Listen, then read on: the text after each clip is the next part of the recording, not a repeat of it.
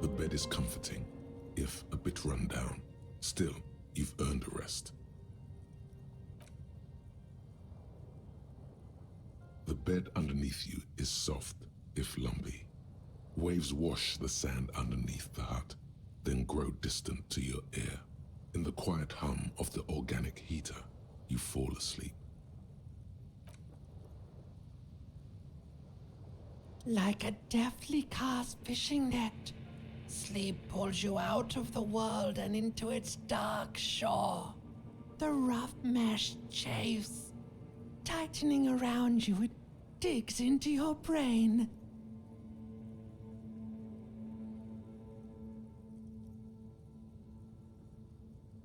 How have things been going for you out there? Helped anyone lately? Saved anyone lately? Murdered anyone lately? This bastard isn't even listening to you.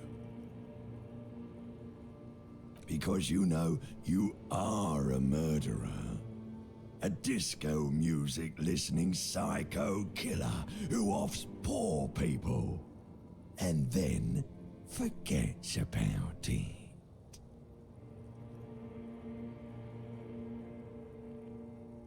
Hear that?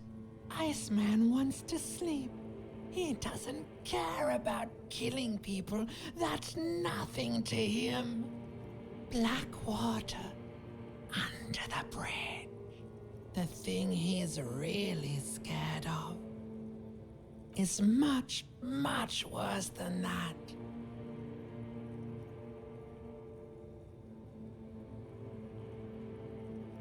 We're trying to help you.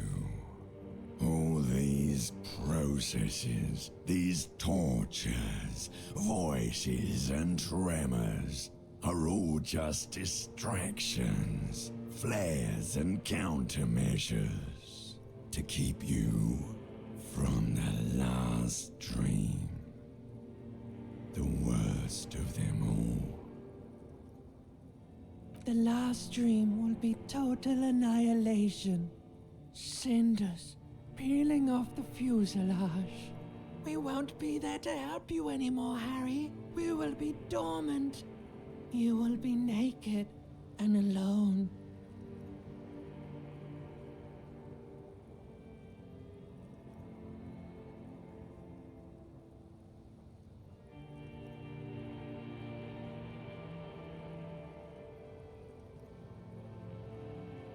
Oh, but you will. You're already going there.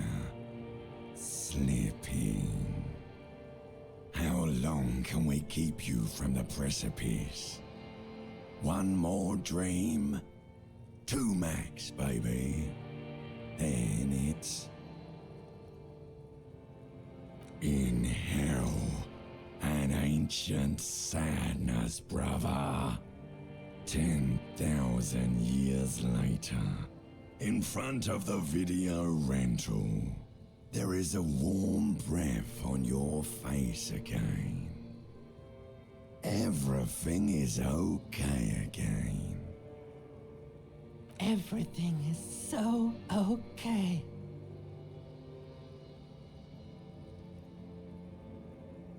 Your eyelids flutter open for a moment. When you close them again, you sense the light of the room around you. You're back.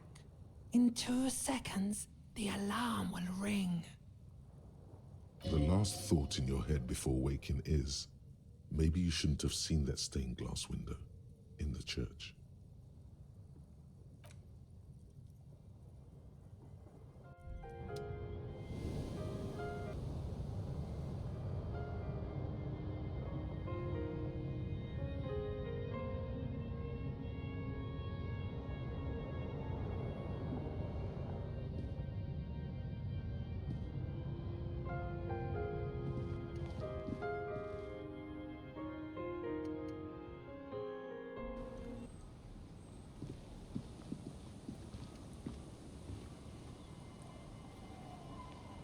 Yes?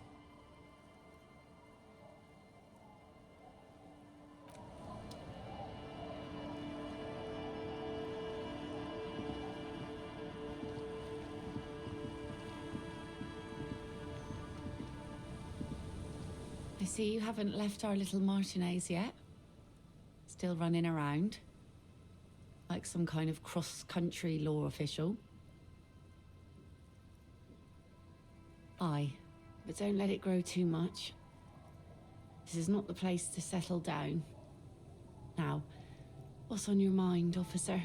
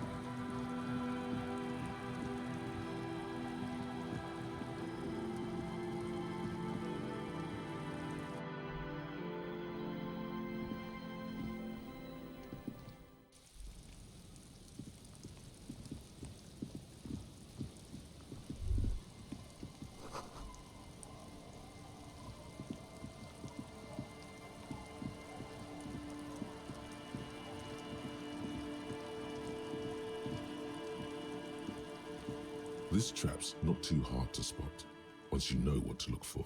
Keeping it hidden has not been a priority for the cryptozoologist. The reeds bend forlornly toward the sand. Some tufts have been crushed. The broken stalks seem like a rebuke. The sound of the city hums in the east. The constant, distant song, louder on this part of the coast, nearer somehow. And there's that cold again. Always the cold. Nothing but locusts in this trap as well. Definitely no cryptozoological monstrosity. Empty as all of them. One more of these and we're done.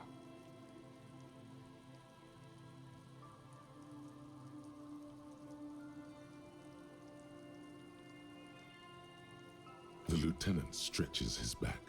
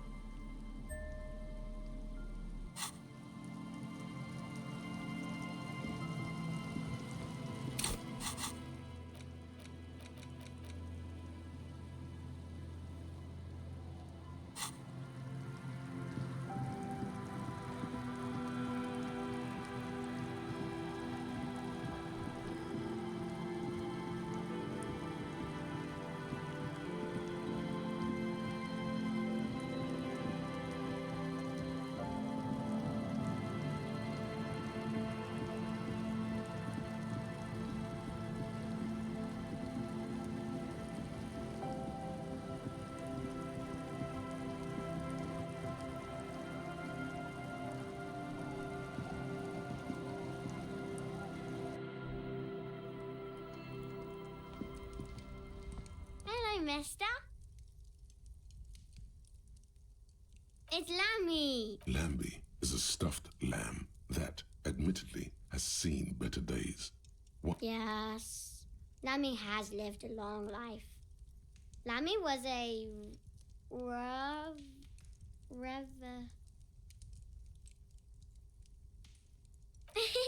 yes!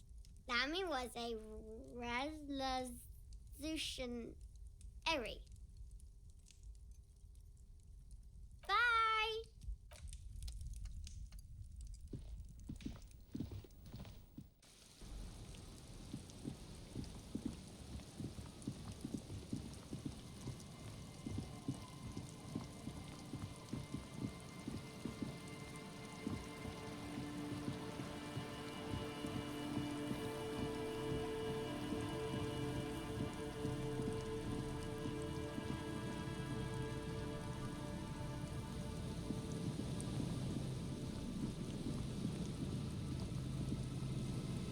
This is the last of the traps. The one Morel just set. Checking it over, he said, is just a technicality. The reeds by the abandoned campsite hiss and shake in the lazily falling rain. The later it gets, the colder. Remnants of the camp can still be seen in the sand. The trap feels light and silent as you pick it up. Something is different here. No locust. No phasmid either, but still.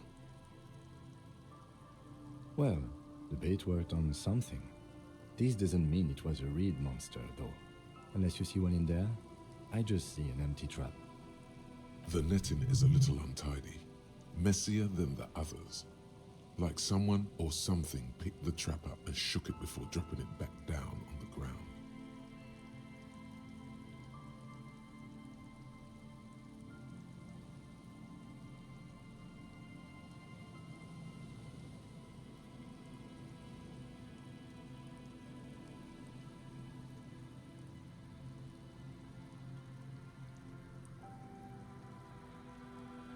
Right.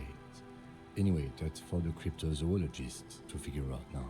We are not cryptozoologists. We are cops. A cold gust of air dries your sweaty face, and you look to the dark shadow, the Feld building in the distance, drawing you to it. What a strange sensation. Once this is done, should you try to ask again? The reeds by the abandoned campsite hiss and shake in the lazily falling rain. The later it gets, the colder. Remnants of the camp can still be seen in the sand. The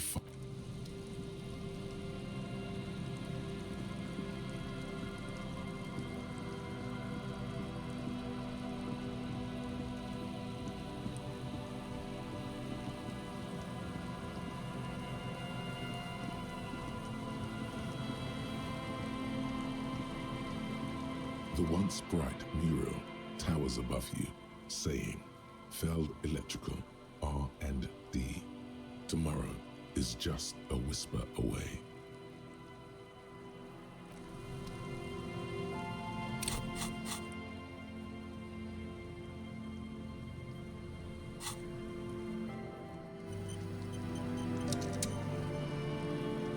And Mikhail noticed the windows, especially with how there are no windows on the south side. This was to deal with. You officers, come to investigate the historic subtext of West Martinez? I'm Tran Hailostam. You must be Kim Kitsuragi, right? I was just telling my son about this building. Not a lot of people realize the historic significance here. Very rich in hypertext. Nice to meet you.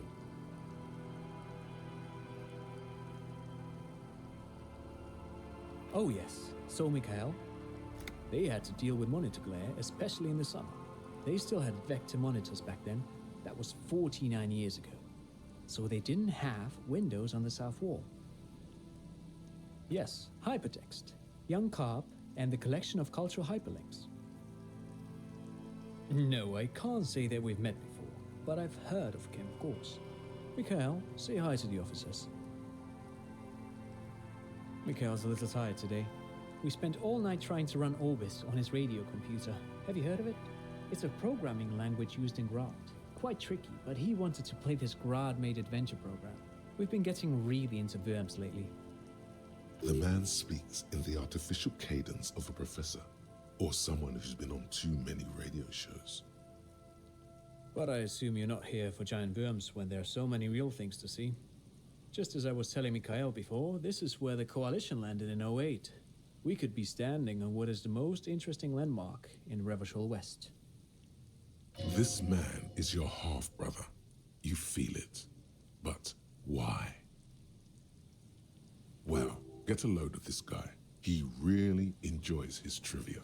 The Orbis programming language was named after its inventor, Victor Orbis, a cybernetician from Grad.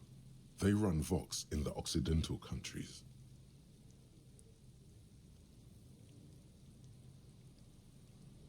No, I'm afraid I can't help you with this one, officer. It's just a regular day off for me and Mikhail here. So you haven't seen anyone around? No, I'm sorry. As I said, this is just a day off. We just arrived anyway. There's something friendly and familiar in how he says that. A day off. Aha! But it's not just any empty old building.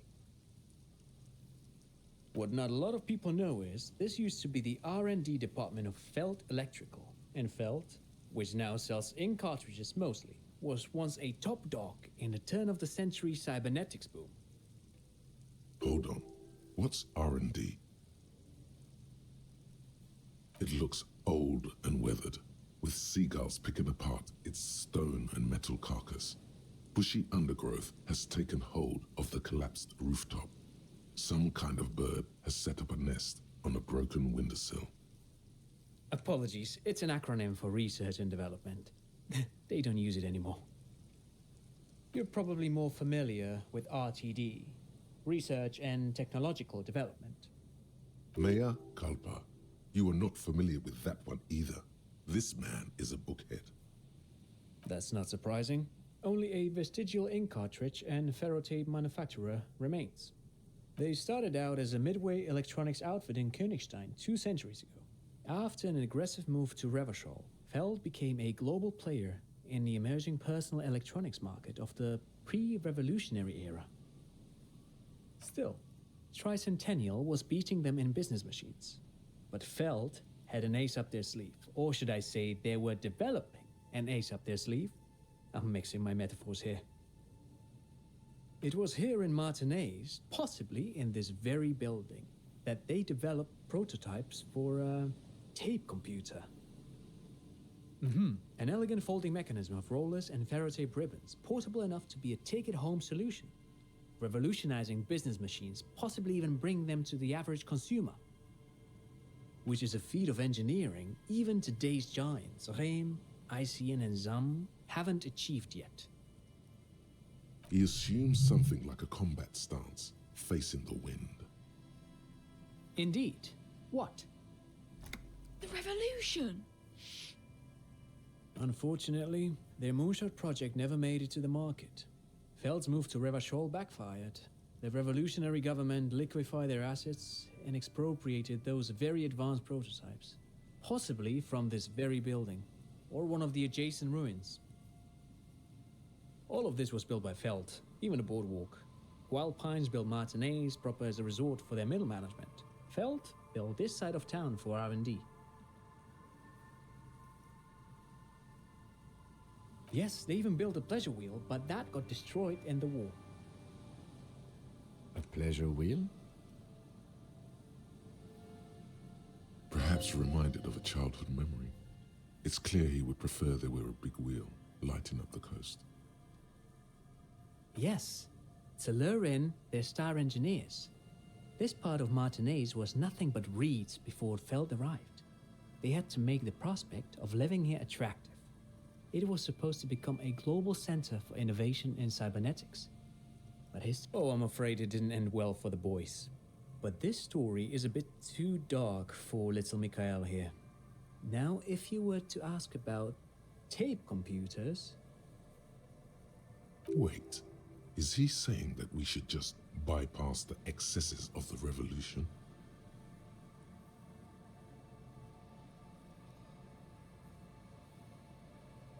Officer, I told you this chapter of history wasn't on Mikhail's curriculum yet. Let's keep this kid friendly. The boy looks first at you, then back at his father, confused. They used them for military communications, but also to write and send out press releases, the most notorious example being Le Décret de Mars. What's the Mars Decree? I mean the radio transmission sent out to news agencies and world governments by the newly created Commune of Revachol on the 7th of March in the year 02. A short-lived legislative foundation for a short-lived utopia. It's a beautiful piece of text, actually. A singer-songwriter I know, Charette, called it a love poem to Revachol on her political concept album Bon Baiser dans le Lind. You should read it. Every local library in Revachol stocks a copy of the decree. I tried to get Mikhail to memorize it. Tried to. Someone was much too interested in worms to be paying any attention. The kid takes a peek at the green and silver worm on the cover of the book, already forgetting about this part of the discussion. Actually, no one knows. No one even knows what a computer made entirely of tape would look like. But word has it, they were very elegant, exquisite, alien-looking turn-of-the-century hardware. Buckle up. 10 years ago, I did a little freelancing, I guess you could say. I was a special consultant for an exhibition at the Humpty Dumpty Dum Center in Vredefort, Oranje. It raised the same questions, and we had lengthy discussions with Paul Ockerman, who was head curator at the time. This was before the twins Keith and Guy Hughes joined the team, trying to... Wait, did he just say Humpty Dumpty Dum Center? He did it. He said Humpty Dumpty Dum Center, like it's the most natural thing in the world. What the hell is a Humpty Dumpty Dum Center? And who the hell are Keith and Guy Juiced? The Humpty Dumpty Dum Center for Contemporary Arts. The exhibition itself drew on Lagerman's notion of memory, and so there were some parallels. That's why the head curator, Paul Ockerman, chose to...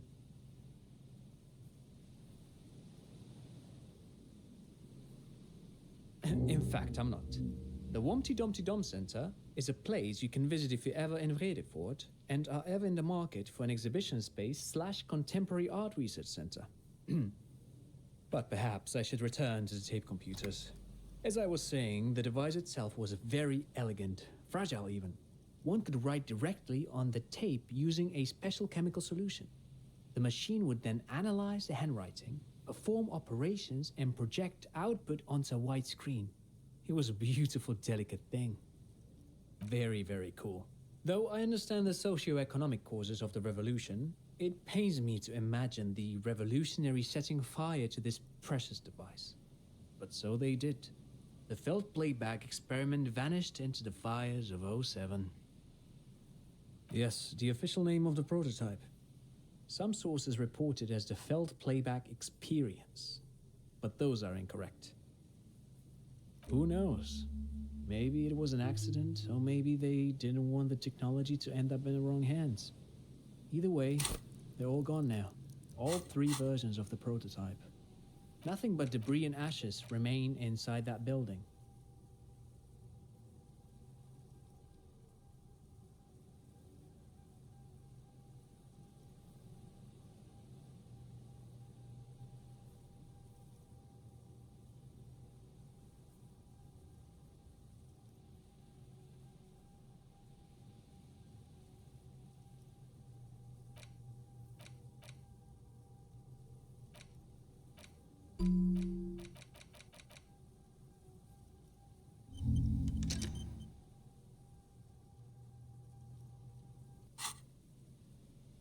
But of course, what else? Sure, what's on your mind? But of course, what else? I do have some money, yes, but that's not what's really important here.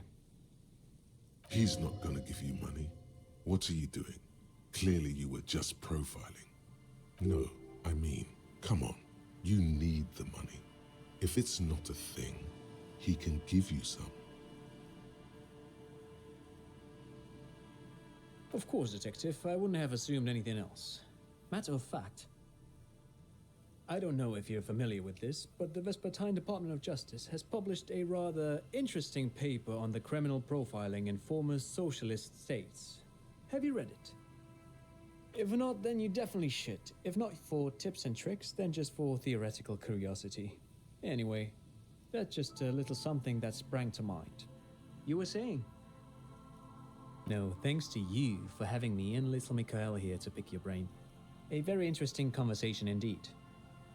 Pick your brain? If anything, this was rather one-sided. He did the talking.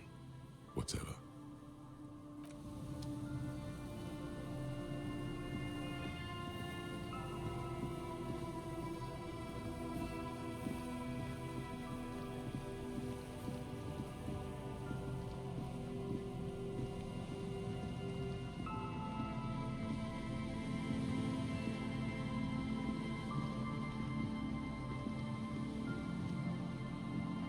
you've checked.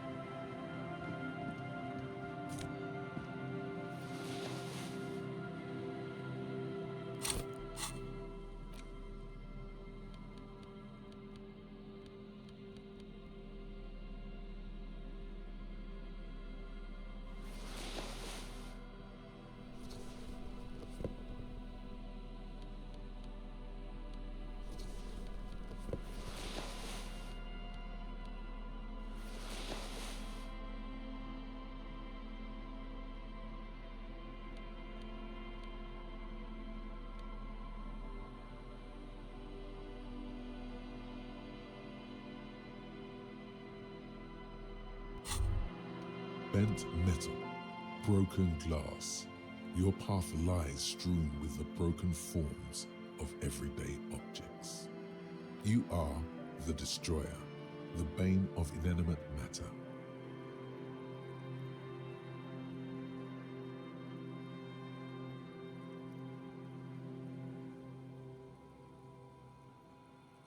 Kudos.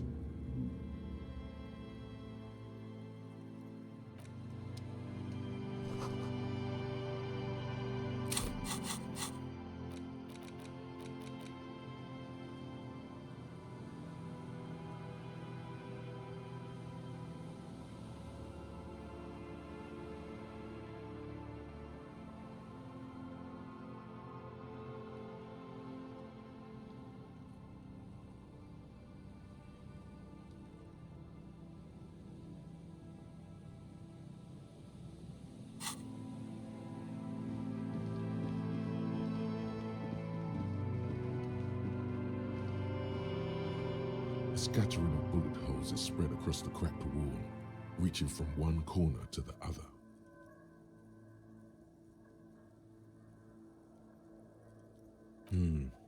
Correct. The density of the bullet holes is unusual, even in a general average bullet hole frequency in Martinez sense. Grim affairs.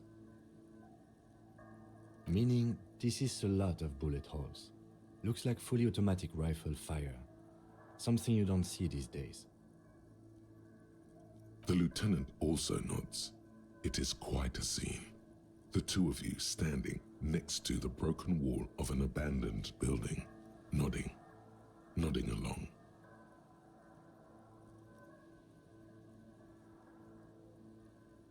The lieutenant is nodding so hard it looks like his head is about to snap off his neck.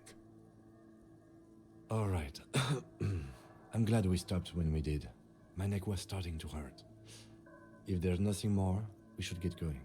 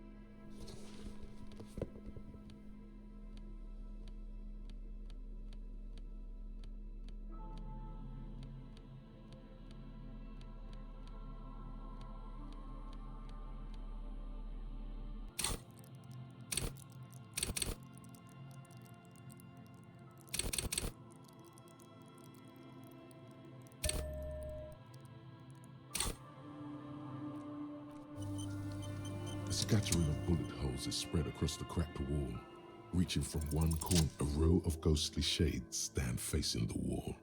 There are many of them, a dozen at least, their heads lowered and eyes blindfolded. It's quiet, no sound, no movement. 10 meters away, other shades are lined up in an orderly manner, automatic rifles primed. A gust of wind blows by. The coats of the firing squad flap slowly in the breeze. A single person stands on the side. Snowflakes fall on the wooden planks and the surrounding sand dunes, covering the land with the white of innocence. A long time has passed since the moment of this fusillading. Rain and brine have since washed all the blood away. Not a trace remains. The abundance of bullet holes leads to two options. Either an inordinate amount of executions were performed here, or they did not use a conscience round, where only one soldier has the loaded rifle. Looks like this was a mass execution with everyone fully armed. A host of men, probably in everyday clothes, ragged from the conflict and covered in dust. They were not sitting, a common practice for executions in some nations, as demonstrated by the height level of the bullet holes. They stand, facing the wall. It's impossible to discern any details about their personality or background. Ordinary people, familiar, each and every one of them. Collateral damage on the path toward normalcy and progress. Such is your belief, officer. Maybe you should change it. They were praying, screaming. 7 men in combat uniforms and dark coats, holding automatic rifles aimed at the people. Soldiers from some side, but from which one? Men of duty, dark duty. In all truth, violence offers no answer. It's only the last available resort when all mediation fails, and here, all did fail. The commandant, the one who gives the order, machine gun fire crackling through the air, the lights of the muzzle flashes dancing on his face. I don't know.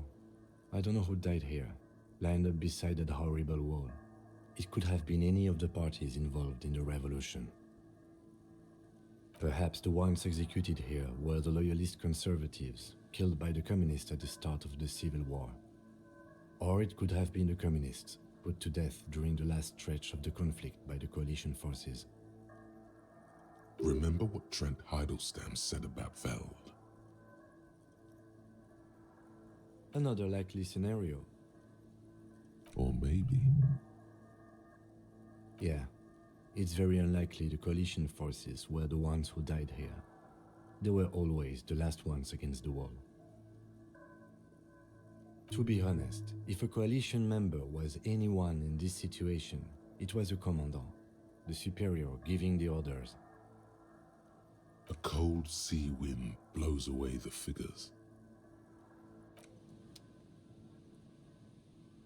A row of ghostly shades facing a crumbling wall. With another 7 shades stand a cold...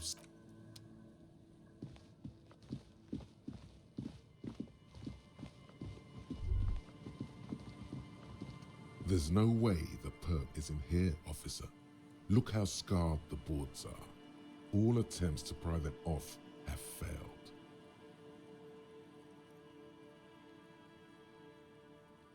Not this time. The opposition is insurmountable, but I like the spirit. Have some points. It's lonely and cold without points. And dangerous. Dangerous too. The suspect? God, I hope not. I can't see a way in, though many have tried.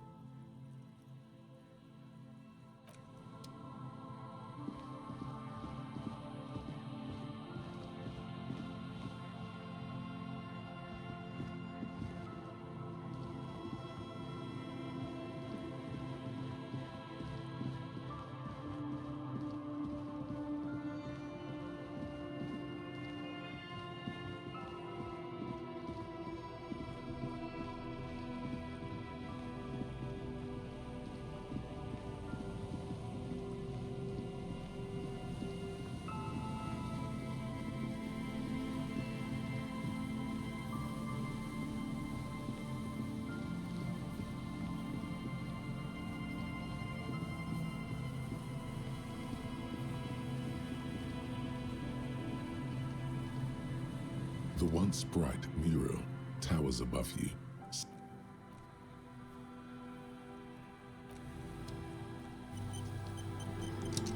The once bright mural towers, even though you're sure you succeeded, all is quiet. There is no cold hand brushing against your forehead, no rustle in the reeds. The wind has died down. The ruin in front of you is silent as a tomb. Trying to talk to the wind, the city, whatever you thought would happen did not, and now you're just standing there in the pale of the morning, with your hands fallen to your side. Is trying to talk to the city something you've done before? Is it in your secret repertoire? A trick for when you're out of ideas? A prayer of sorts to Revachol. How do we? I was really hoping she'd be in the village. Okay.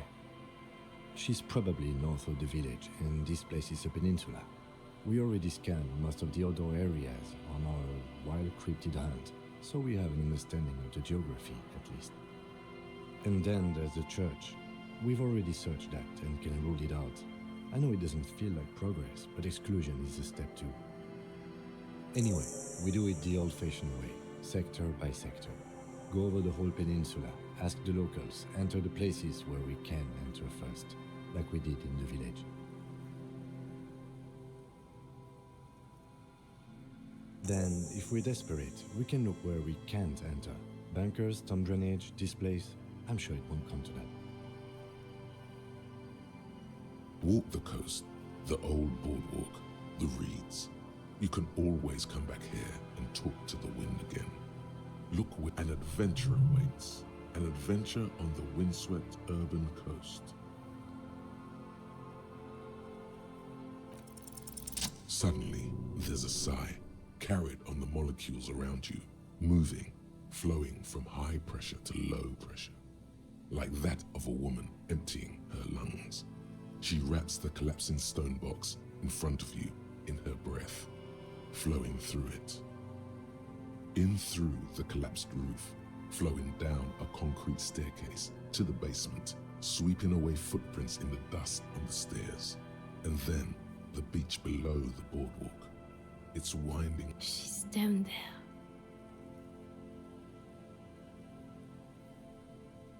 Okay, why?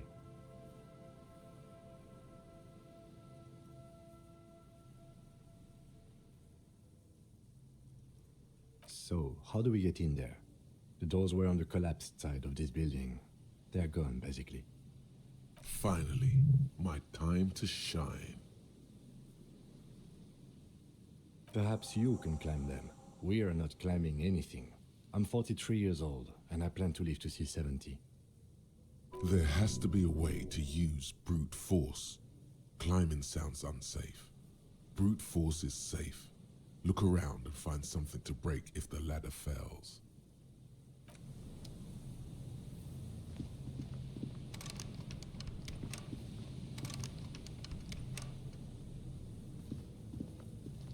A rusty ladder leads to the rooftop. Some of the rungs are missing. Yeah, that doesn't look good at all. The distances between the remaining rungs are rather wide. You'd have to use the mounting brackets. However, they seem corroded and the peeling rust is razor sharp. In addition, the first rung is going to be tough to reach. It's what, 3 meters above the ground, and you're 180?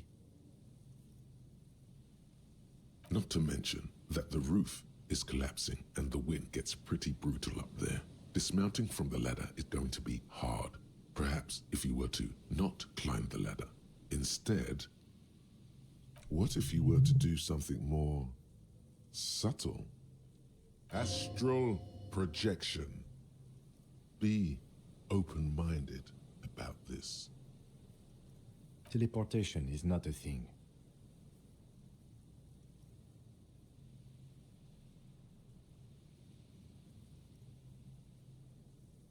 Oh yes, it could hurt a lot. He is restraining himself from using a parental tone with you right now.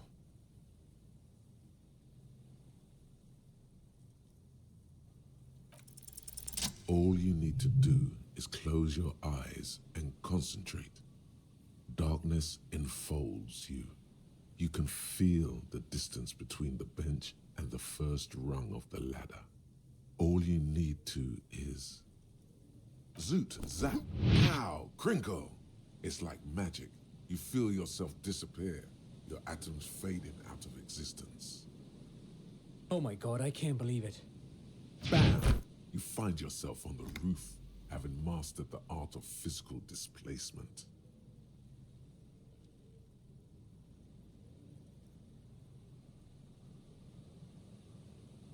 I just saw you climb the ladder. You just climbed it like a regular person. The wind at the top of the building starts howling loudly, blowing away the lieutenant's voice. Faintly you hear. Never mind. Find a way to let me in when you get inside. Don't go adventuring with a backup, especially if we think the suspect may be hiding here.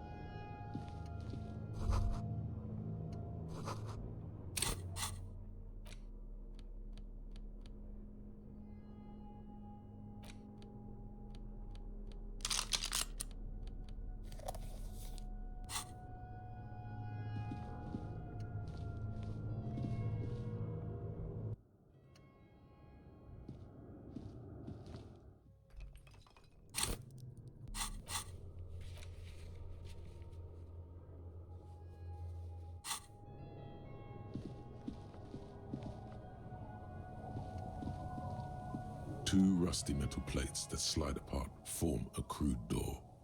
It's been here under the boardwalk for a while.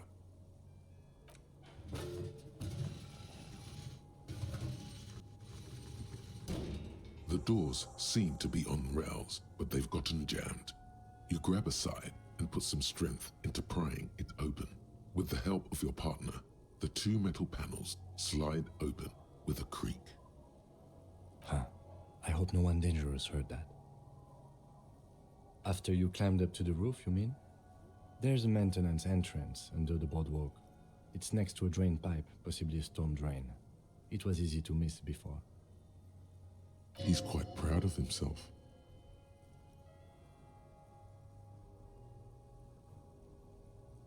Yes, we have an exit, so let's get going. Time to investigate these passages.